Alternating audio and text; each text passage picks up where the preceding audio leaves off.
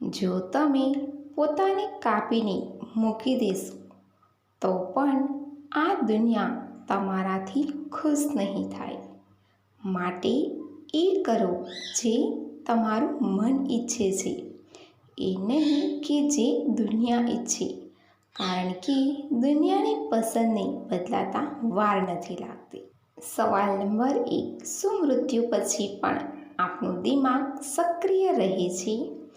એનો જવાબ છે મૃત્યુ પછી આપણા શરીરના અંગ એક એક કરીને કામ કરવાનું બંધ કરી દે છે, જેમાં સૌથી અંતે સાંભળવાની શક્તિ ખતમ થાય છે.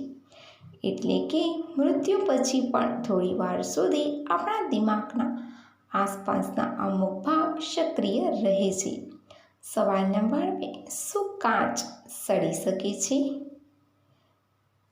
એનો જવાબ છે, શું તમે જાણો છો કે કાચ પણ સડી શકે છે? કાચને સડવામાં 4000 વર્ષનો સમય લાગે છે, જ્યારે પ્લાસ્ટિકને સડવામાં 450 વર્ષનો સમય લાગે છે. સવાલ નંબર 3, શું એક મૃત સાપ પણ કરડી શકે છે?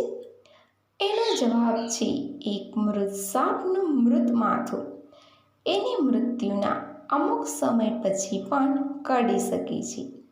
માટે મૃત્યુ પામેલા સાપના મોંથી દૂર રહેવું જોઈએ. સવાલ નંબર 4, દુનિયાનું સૌથી મોંઘું જીવડું કયું છે?